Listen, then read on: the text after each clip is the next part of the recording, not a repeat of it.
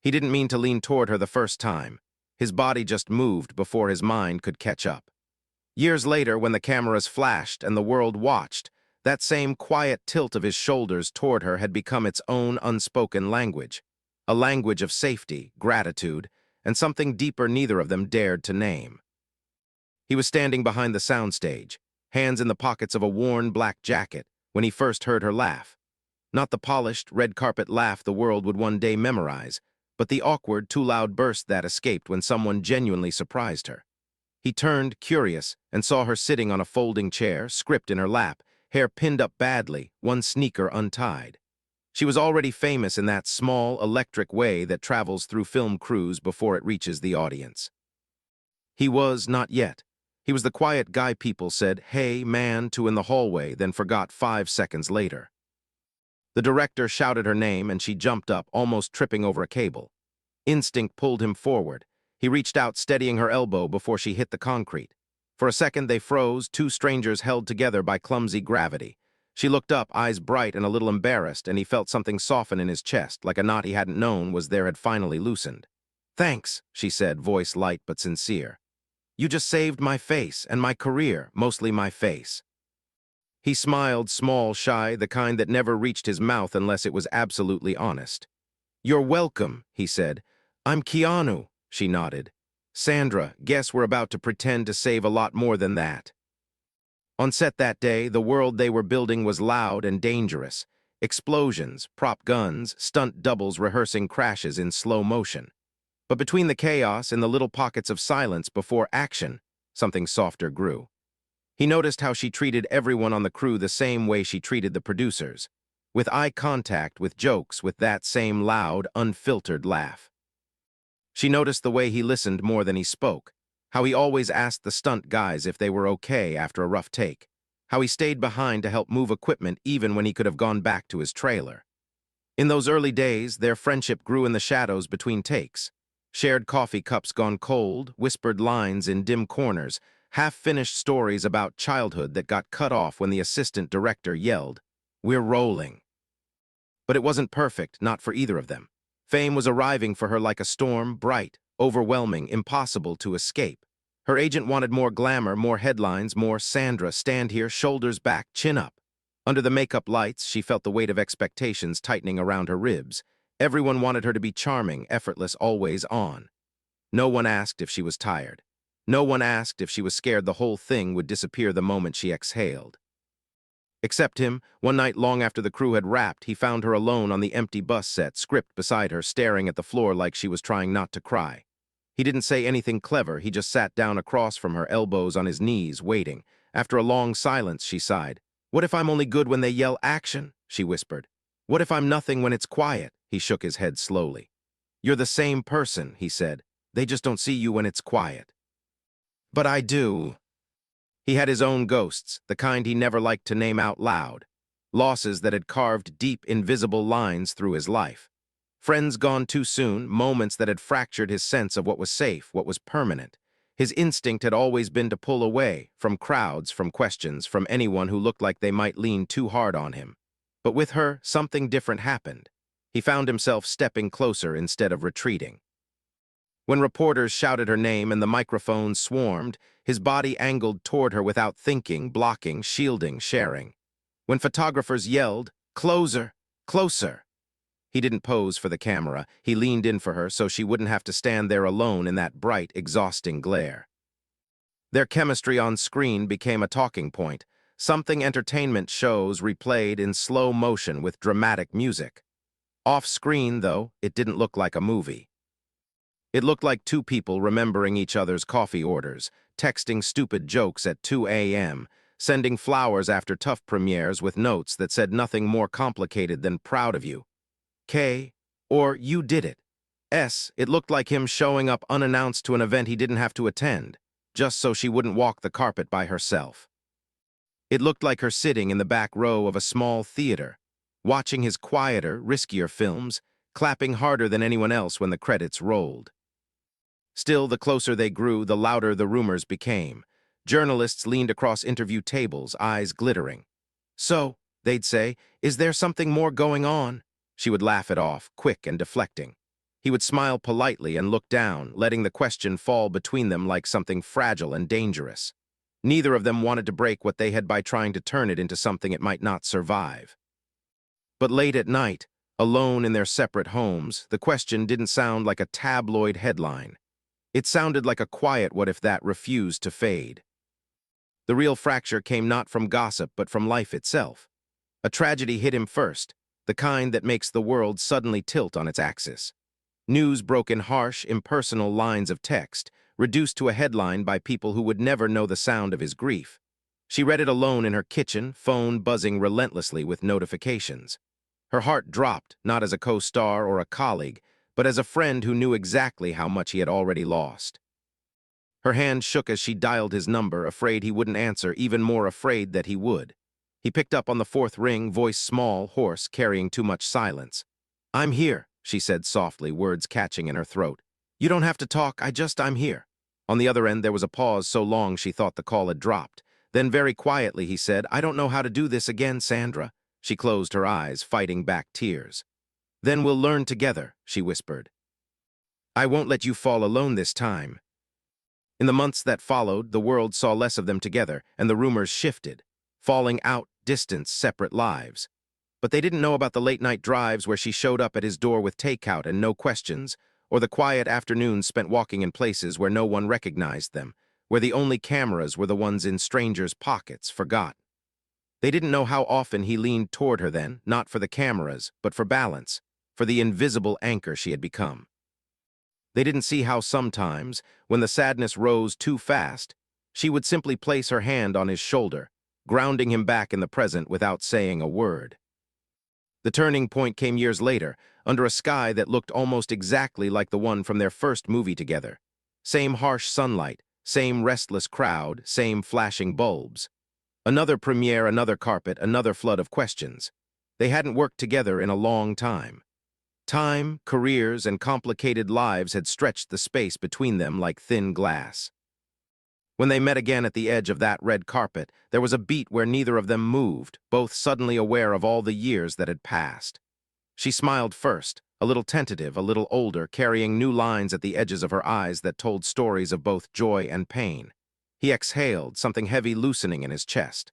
The photographers started shouting before they even took a step. "Together, look this way, lean in." She almost braced herself then, expecting the usual performance, the polished poses, the practiced angles. But when he moved, it wasn't toward the cameras. It was toward her, the same natural, unthinking lean that had started all those years ago on a cluttered set with bad coffee and untied shoes. He tilted his head so it almost rested against hers, shoulders angled, body language saying what words still couldn't. In that instant, standing in a storm of artificial light, she felt something she hadn't let herself feel in a very long time. Safe. What neither of them knew was that, in the crowd just beyond the security rope, someone was filming. Not a professional cameraman, not a tabloid photographer, just a fan with a phone, capturing that small, unguarded moment. By morning, the clip would circle the world, racking up millions of views under captions asking the same question. Why does he always lean toward her? People would argue, speculate, romanticize. But the truth was quieter, more complicated, and far more human than anyone imagined. And that truth, what that simple lean really meant, would only reveal itself on a night when everything they had built, year after year, was suddenly put to the ultimate test. He woke before sunrise that morning, the city still half asleep outside his window. The world expected him at another event that night. Another tuxedo, another line of reporters, another round of questions delivered with bright lights and empty smiles. He moved through his kitchen in silence, making coffee by muscle memory, the way he always did on days when his chest felt too tight and his thoughts too loud. On the table was a small envelope he'd tried not to look at since it arrived a week earlier. Her handwriting on the front, his name written the same way she'd scrawled it on a coffee cup the first week they met, as if time hadn't learned any new tricks. He picked it up but didn't open it yet. Not because he didn't want to, but because he knew, somehow, that whatever was inside would bend the trajectory of his day, maybe his life, in a way he couldn't easily undo. Across town, she was staring at her own reflection, not in a glamorous dressing room mirror, but in the fogged-up glass of her bathroom. Her hair was pulled back, dark circles beneath her eyes betraying the sleep she hadn't gotten. On the counter lay her phone, screen face down, as if she could mute the decisions waiting inside it by refusing to look. An offer had come, the kind that made agents giddy and publicists start planning months of coverage. A new film, a demanding role, and one crucial condition. They wanted him to do it with her. "Reunite the magic," the email had said. "The world loves you together." On the surface, it was perfect, just like old times, they said, but nothing about their lives was just like anything anymore, not after the losses, not after the quiet distance, not after that red carpet moment that had reopened questions she'd spent years carefully closing. When she finally picked up her phone, there were 3 unsent drafts of the same message to him. The first was all business, got a script. "They want us both. You in?" The second tried to hide her fear behind a joke, ready to drive another metaphorical bus together. The third was the one that scared her most because it was honest. "If we do this, everything changes for me. Maybe for you too. I'm scared, but I miss working with you. I miss us." She deleted all 3 and instead typed the only thing she felt brave enough to send. "Did you get my letter?" She stared at the blinking cursor, then hit send before she could change her mind. Her thumb hovered, waiting for the 3 dots that meant he was replying. Minutes passed. Nothing. At his table, he turned the envelope over in his hands, feeling the faint impression of the pen marks through the paper. It wasn't that he didn't want to know what she had written. It was that he was afraid of how much it might matter. He'd spent years building a fragile peace around his grief, a quiet life balanced between work and solitude, kindness given in small, precise doses he hoped he could sustain. She had always been the exception to his rules, the person who made him show up when he wanted to disappear, who made him laugh when he'd resigned himself to silence. Letting that door open again meant risking the foundation he'd worked so hard to keep steady. He inhaled slowly, the way he did before a complicated stunt, and slid his finger under the flap. Inside was a single sheet of paper, slightly crumpled like she'd folded and unfolded it a dozen times before sending it. Her words were simple, but they hit him like a quiet earthquake. She wrote about the premiere, about the way he had leaned toward her without thinking, how safe that small gesture had made her feel. She wrote about the years they'd spent apart, different sets, different cities, different lives, and how no matter where she went, people always asked about him. "They talk about us like we're some carefully written story," she'd written. "But the truth is, I don't think we ever wrote anything down. We just kept showing up for each other. I don't know what that is supposed to be. I only know that when I'm next to you, I'm more myself than anywhere else." At the bottom, almost as an afterthought, was one last line. "They've offered us a film. It's big, messy, scary, like us. I don't want to say yes if you're going to say no, but I also don't want to say no and regret it for the rest of my life." His phone buzzed right then.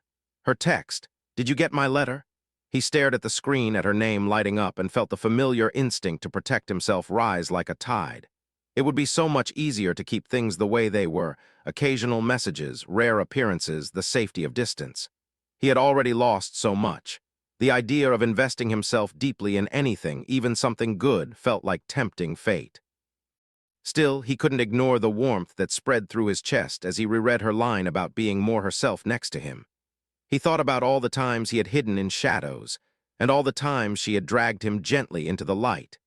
He thought about the letters he never sent, the words he never spoke, the versions of his life that existed only in the what-if he carried around like a hidden scar. She checked her phone for the 10th time in 5 minutes, each moment stretching a little tighter like a wire pulled too far. No response. She told herself he was busy on set in a meeting. She told herself it didn't matter either way. She was an adult, a professional, capable of making her own choices. But the truth was, his silence hurt in a way she hadn't expected. It stirred all the old insecurities she kept carefully buried. What if she'd pushed too hard? What if she cared more than he did? What if the leaning, the letters, the late-night talks had meant less to him than they did to her? Her agent's name flashed on the screen, calling. She let it ring out. She couldn't say yes. She couldn't say no. Not while she was suspended in this not knowing, in this space where hope and doubt were fighting in her chest. Finally, his reply appeared. 3 words, simple, almost frustratingly so. "Can we talk?" Her stomach flipped. He never used the phone call card lightly. Texts were safer, shorter, easier to file away as casual. A call meant something real, something that might not fit neatly into the compartments they'd built for each other over the years. She stared at the message, heart pounding. Her finger hovered over the call button, then pulled back. What if he was calling to say no? What if he thought the letter was too much? What if this conversation cracked their friendship in a way they couldn't tape back together? And underneath all those fears was the quiet, stubborn voice asking the hardest question. What if he says yes, and that changes everything? On his side of the city, he paced his living room, phone in his hand, rehearsing words that refused to sound right out loud. How do you tell someone that they are your safest place and your greatest risk at the same time? How do you explain that leaning toward them has always felt like stepping closer to the edge of a cliff you secretly want to jump from, even though you're terrified of the fall? He wasn't afraid of the work, the long hours, the demanding scenes, the scrutiny. He was afraid of what working that closely with her again would awaken in him. The tenderness he kept under lock and key, the softness the world didn't always let him show.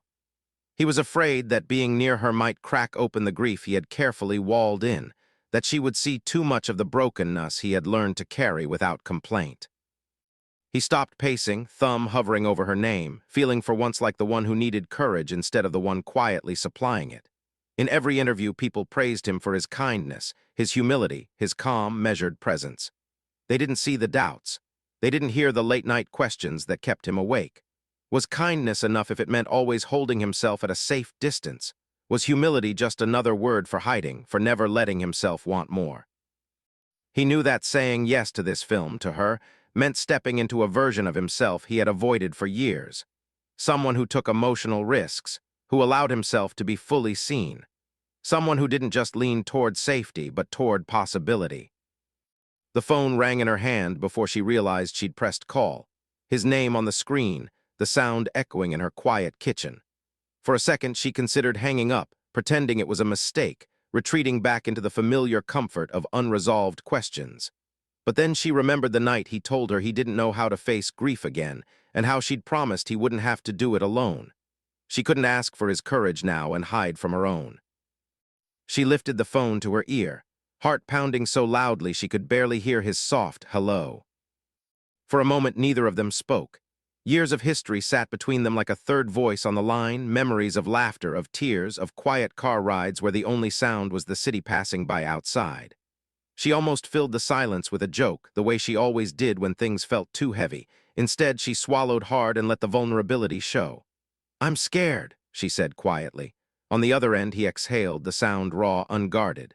"Me too," he admitted. The honesty of it cracked something open, a shared fear hanging there, naked and undisguised. "What if we do this?" she whispered, "and it ruins what we have?" There was a long pause. She imagined him running a hand through his hair, looking down at the floor the way he did when he was searching for the truest version of the truth. When he finally spoke, his voice was steady, soft, carrying the weight of a decision he hadn't quite finished making. "What if we don't?" he said, "and we spend the rest of our lives wondering who we could have been together?" His words hung there between them, fragile and enormous, a question, a challenge, and maybe something more. She felt her throat tighten, her carefully controlled world tilting just enough to make everything feel uncertain. The offer, the film, the headlines, that was one decision. But beneath it was another, deeper crossroads she hadn't fully admitted to herself until this moment. This wasn't just about work. It was about what they were willing to risk for the sake of something real. For kindness that wasn't just polite, but brave. For courage that wasn't just about stunts and scripts, but about hearts laid bare. For humility that meant saying, "I need you," without hiding behind jokes or distance. She closed her eyes, letting the silence stretch one breath longer, feeling the full weight of what his question meant. Say yes, and everything might change. Say no, and something precious might never get the chance to become what it was meant to be. Her next word would tip the balance of both their lives, even if no one else ever knew. "I think," she began, voice trembling, every part of her poised on the edge of that choice. "I think we have to." The premiere night didn't feel like a climax to him. It felt like a test. The theater lights dimmed, the studio logo flashed on screen, and he felt his throat tighten, not from stage fright, but from the weight of everything this film had come to mean. This wasn't just another project. It was what they'd risked for, a second beginning, a gamble on honesty. He sat in the dark beside her, the faint glow from the screen tracing the outline of her profile. She pretended to be relaxed, one leg crossed over the other, but he could see the tiny tremor in her foot, the way her fingers kept folding and unfolding the program in her lap. For a long time, they didn't touch. The world was watching, even in the dark. But when a particularly raw scene appeared, one where her character broke, voice cracking on a line that was supposed to be fiction but wasn't, he heard her breathing hitch. Without thinking, he leaned toward her, shoulders angling, closing the small space between them, silent but present. She didn't look at him, but her hands stilled and her legs stopped shaking. On screen, their characters argued in a cramped kitchen lit by a single overhead bulb. The dialogue cut deep. Accusations of running, of hiding behind work, of choosing solitude over connection. The director had called it the mirror scene, the place where both characters were forced to confront the lies they told themselves. As he watched, he remembered shooting it, how she'd stood there with tears in her eyes, calling his character a coward for never fully showing up, and how the words had slipped under his skin more easily than any script usually did. He had delivered his lines then, about fear and loss and loving people who never stayed, feeling as though he was betraying secrets he had never intended to say out loud. In the theater now, surrounded by strangers, he wondered if anyone else could hear the truth behind the fiction, or if only the two of them recognized themselves in those fractured voices. When the credits finally rolled, the audience rose to their feet. Applause thundered, bright and overwhelming. People turned to them, clapping harder, some cheering their names like a chant. She smiled and waved because that was what she knew how to do, the polished grace of a veteran. He nodded, gave small, grateful smiles, but his mind was somewhere else. Back in the quiet spaces between takes, in the rehearsals where she'd broken down mid-line and apologized, and he'd told her there was nothing to apologize for. The success, the standing ovation, the praise, it all felt strangely distant compared to the memory of her whispering, "I'm not sure I can go there," and him answering, "I'll go there with you." Later, as they made their way backstage for the press gauntlet, the hallway buzzed with congratulations and hurried instructions. Publicists adjusted their clothes, straightened collars, smoothed stray hairs. Someone handed her a compact and a brush. She waved it away with a tired laugh. "If they don't like this face by now, they're out of luck," she muttered. He caught her eye, and for a second it was just the two of them again, like on their first film. No noise, no schedules, just shared exhaustion and a quiet sense of survival. "You okay?" he asked, voice low so it wouldn't carry. She nodded too quickly. Yeah, I'm good. You?" He hesitated, then decided not to hide. "I'm affected," he said. She blinked, a soft, genuine smile tugging at her mouth. "That's one word for it."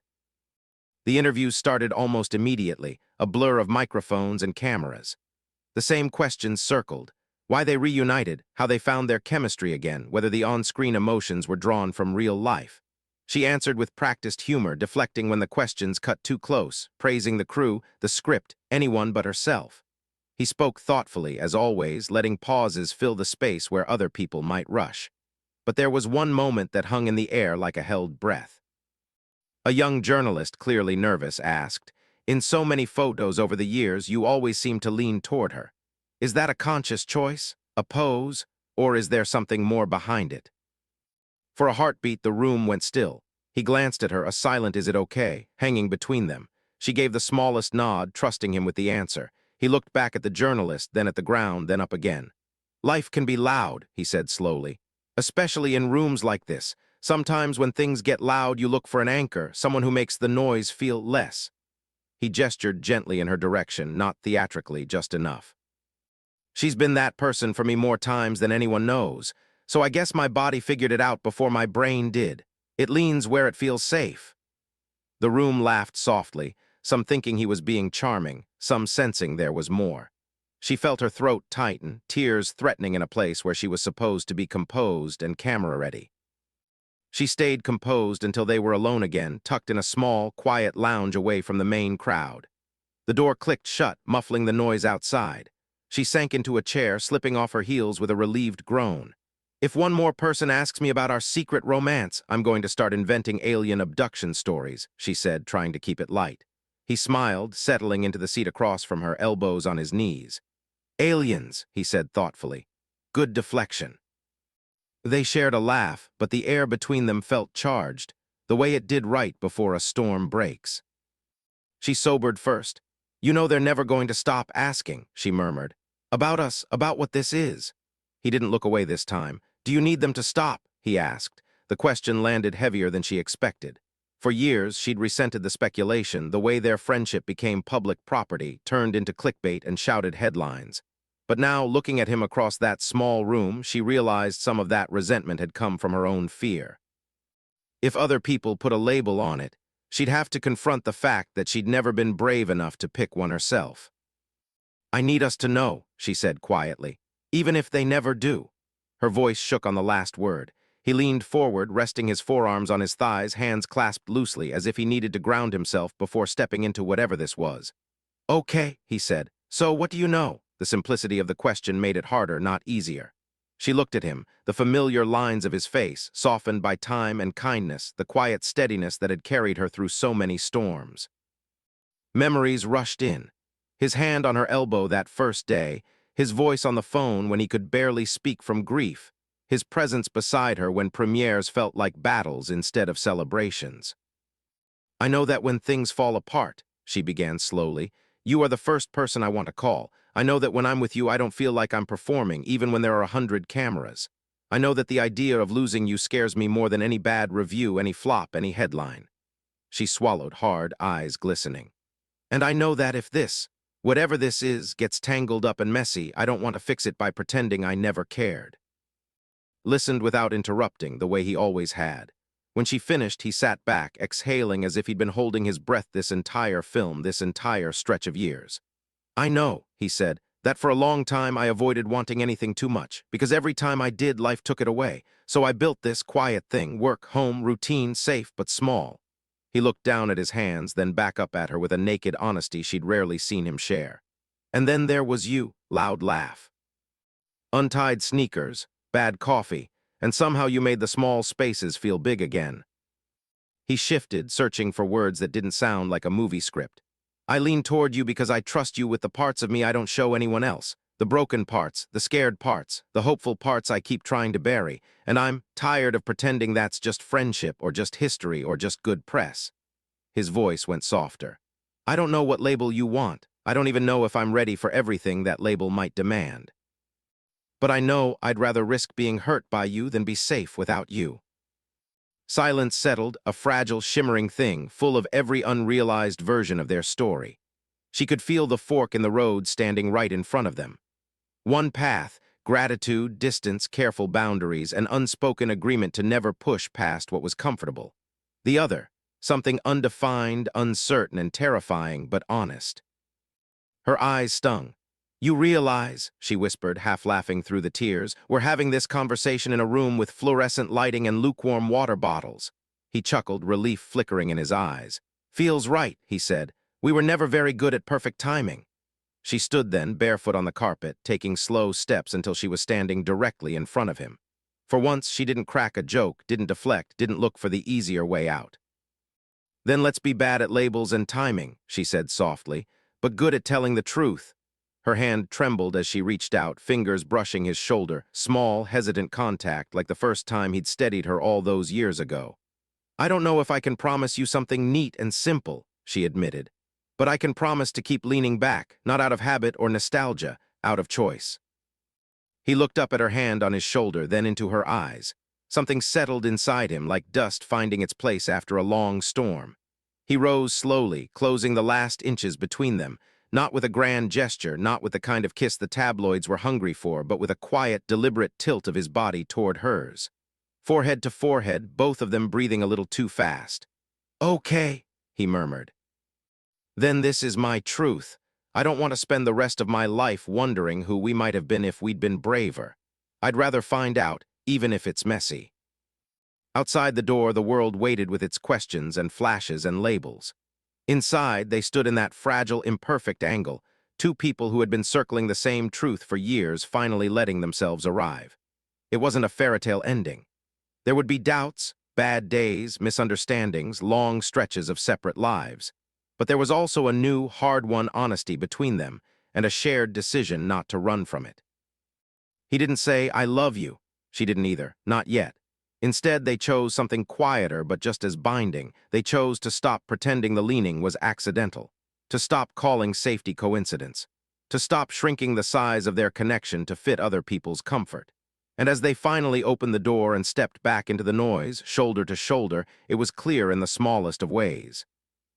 For the first time, when he leaned toward her, she leaned fully, unmistakably back. The after-parties blurred into one long, noisy room. Music flashes, congratulations. They did their duty, posed, smiled, answered the safe questions. But every time someone pulled her away, he drifted back into her orbit. Every time people crowded him, her eyes found his across the room, checking that he was still okay. There was no grand announcement, no whispered confession caught on a hot mic. Just a quiet, deliberate pattern. Whenever the world tugged them apart, they kept choosing to step back toward each other. Near midnight, they slipped out a service exit into the alley behind the theater, the cold air wrapping around them like a secret. She hugged her arms around herself, laughing softly. "This is our glamorous ending." He shrugged off his jacket and placed it gently over her shoulders, the movement so familiar it felt inevitable. "I like the quiet endings," he said. "They're the ones that last." She studied him for a long moment. No cameras, no audience. Just the man who had been there through every version of her life, and the one she had finally decided to stop holding at arm's length. "People will keep asking," she murmured, "why you always lean toward me." He looked down, then up, eyes steady, a small, honest smile touching his mouth. "Then let them ask," he replied. "I'm done pretending it's an accident." He stepped closer, not dramatically, just enough that their shoulders brushed, their hands almost touching. She didn't move away. Instead, she laced her fingers through his, simple, sure, unhurried. They started walking, no destination, just two silhouettes moving side by side down a quiet street. Whatever name they would one day give this, friendship, love, or something with edges too soft for definitions, would come in its own time. What mattered now was the choice they had finally made. Not to run from the bond that had carried them through grief and distance, fame and fear. In interviews, in photos, in stolen, candid moments years later, people would still point it out. "Look," they'd say, "he's leaning toward her again." Some would call it romance, others habit, others a mystery. But the truth was simpler and deeper than any headline. He leaned toward her because with her, he was braver, kinder, more himself. She leaned back because with him, she felt seen and safe in a way the spotlight could never offer. And in that small, imperfect angle between them, in that quiet decision to keep choosing each other again and again, they found what so many spend a lifetime searching for. Not a perfect story, but a true one.